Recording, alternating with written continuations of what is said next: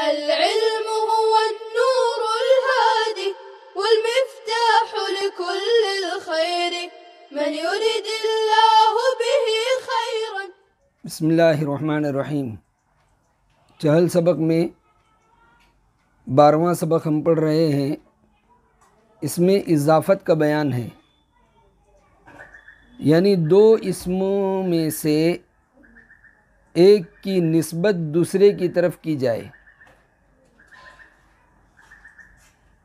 جس کی نسبت کریں اس کو مضاف کہتے ہیں، اور جس کی طرف نسبت کریں اس کو مضاف الیہ کہتے ہیں. نسبت کرنا یعنی جوڑنا.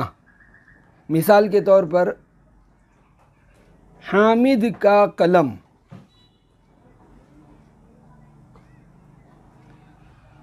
اس میں دو اسم ہیں، ایک حامد اور ایک قلم. قلم کی نسبت کی حامد کی طرف کہ قلم کس کا ہے؟ حامد کا. تو قلم ہوا مضاف اور حامد مضاف الیہ، کیونکہ قلم کی نسبت حامد کی طرف کی.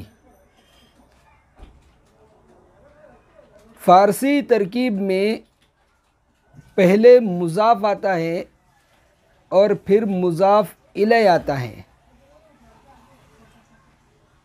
اور اردو ترجمے میں مضاف الیہ کا ترجمہ پہلے کرتے ہیں اور مضاف کا ترجمہ بعد میں کرتے ہیں، اور ترجمے میں کا، کے، کی جیسے الفاظ استعمال کرتے ہیں. مثال کے طور پر حامد کا قلم، خالد کے کپڑے، ماجد کی ٹوپی.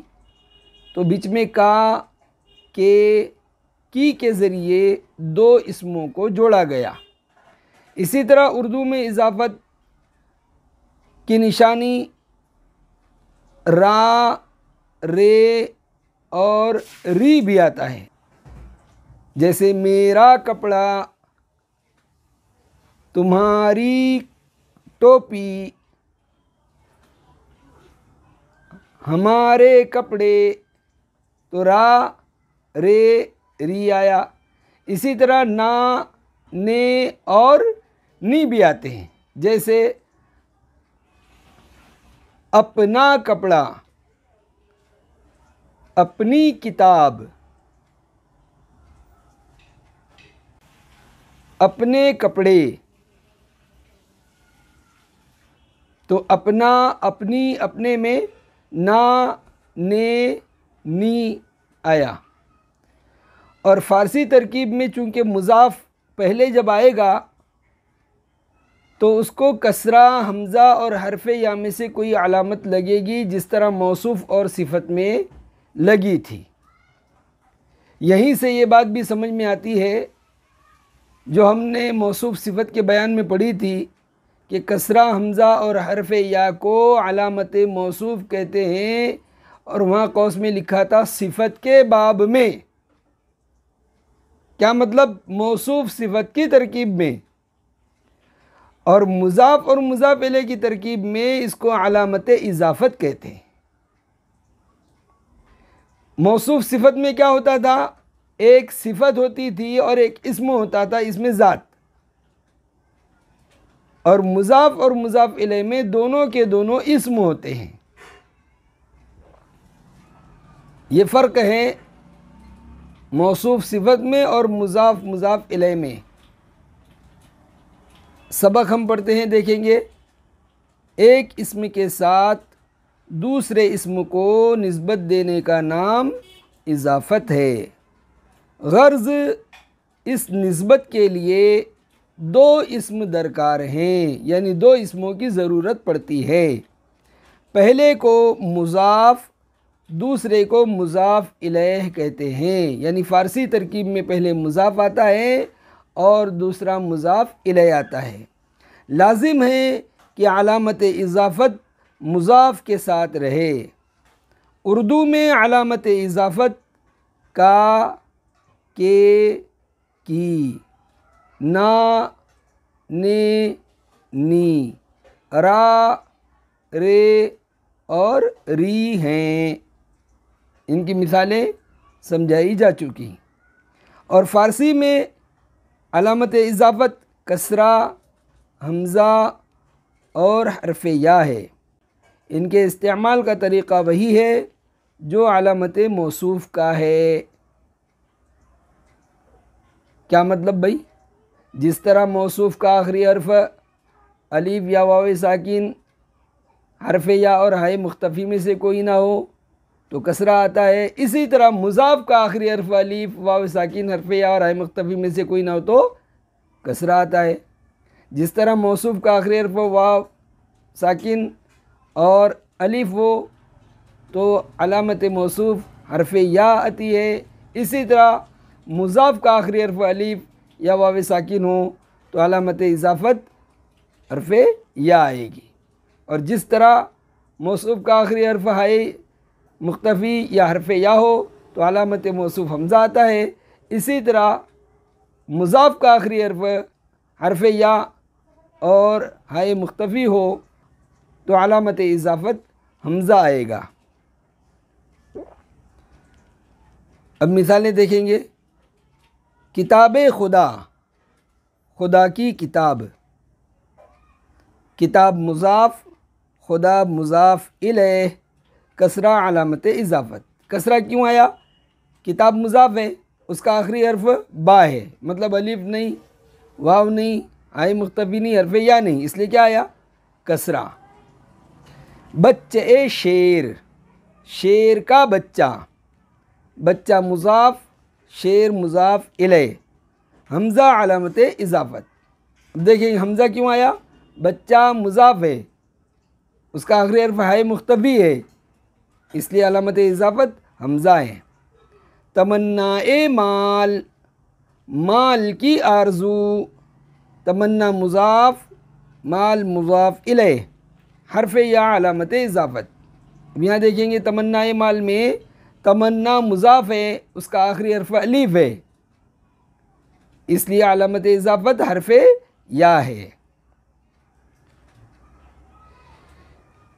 یہ تو ترکیب تھی اس وقت کی جب مضاف پہلے ہو۔ اگر فارسی میں مضاف الیہ پہلے آ جائے اور مضاف بعد میں ہو تو اس صورت میں مضاف الیہ کو کوئی علامت نہیں لگے گی، نہ کسرہ، نہ حمزہ، نہ یا۔ اس کا نام ہے اضافت مقلوبی۔ مقلوبی یعنی بدلی ہوئی، پلٹی ہوئی، کہ مضاف جو پہلے آتا تھا وہ بعد میں آ رہا ہے اور مضاف الیہ جو بعد میں آتا تھا وہ پہلے آ رہا ہے۔ مثال کے طور پر کتب خانہ، اب یہ اصل میں ایک خانہ، ایک کتب، خانہ مضاف، کتب مضاف الیہ، لیکن مضاف الیہ پہلے آ گیا اور مضاف بعد میں ہے، اس لیے بھی علامت کوئی نہیں لگائیں گے، پڑھیں گے کتب خانہ، دوا خانہ، غسل خانہ، مہمان خانہ، باورچی خانہ وغیرہ۔ آمدن سے لفظی کے 3 مصدر پڑھ لیتے ہیں۔ رفتن جانا مصدر، رفت گیا ماضی مطلق، می رفت جاتا تھا ماضی استمراری، رفتہ است گیا ہے ماضی قریب، رفتہ بود گیا تھا ماضی بعید، خواہد رفت جائے گا مستقبل، بیرود جاوے مضارع، می رود جاتا ہے حال، بیرو جا امر، مرو مت جا نہیں، روندہ جانے والا اسم فاعل، رفتہ گیا ہوا اسم مفعول۔ راندن ہانکنا مصدر، راند ہانکا ماضی مطلق، میراند ہانکتا تھا ماضی استمراری، راندہ است ہانکا ہے ماضی قریب، راندہ بود ہانکا تھا ماضی بعید، خواہد راند ہانکے گا مستقبل، بیراند ہانکے مضارع، میراند ہانکتا ہے حال، بیران ہانک امر، مران مت ہانک نہیں. رانندہ ہانکنے والا اسم فاعل، راندہ ہانکا ہوا اسم مفعول. اسی سے آتا ہے حکمران، حکم چلانے والا اسم فاعل سماعی. ایسے ہی ایک لفظ اگر آپ نے پڑھا یا سنا ہوگا کہ شیطان نے اللہ تعالیٰ کا حکم نہیں مانا تو راندے درگاہ ہو گیا، یعنی اللہ کے دربار سے اس کو ہانک دیا گیا، نکال دیا گیا. رسیدن پہنچنا مصدر، رسید پہنچا ماضی مطلق، می رسید پہنچتا تھا ماضی استمراری، رسیدہ است پہنچا ہے ماضی قریب، رسیدہ بود پہنچا تھا ماضی بعید، خواہد رسید پہنچے گا مستقبل. برسد پہنچے مضارع، می رسد پہنچتا ہے حال، برس پہنچ امر، مرس مت پہنچ نہیں. رسندہ پہنچنے والا اسم فاعل، رسیدہ پہنچا ہوا اسم مفعول. خلاف پیمبر کسے راہ گزید کہ ہرگز بمنزل نہ خواہد رسید. پیغمبر صلی اللہ علیہ وسلم کے خلاف جو کوئی راستہ اختیار کرے گا وہ کبھی بھی منزل تک نہیں پہنچے گا. مپندار سعدی کے راہ صفا، تو وہاں رفت جزبر پہ مصطفیٰ. اے سعدی تو یہ گمان مت کرنا کہ سچائی کا راستہ نبی صلی اللہ علیہ وسلم نقش قدم سے ہٹ کر چلا بھی جا سکے. نقش قدم نبی کے ہیں جنت کے راستے، اللہ سے ملاتے ہیں سنت کے راستے. وآخر دعوانا ان الحمد لله رب العالمين. السلام عليكم. لا تنسوا الاعجاب بالفيديو والاشتراك في القناة تشجيعا لنا لنستمر بنشر المزيد إن شاء الله.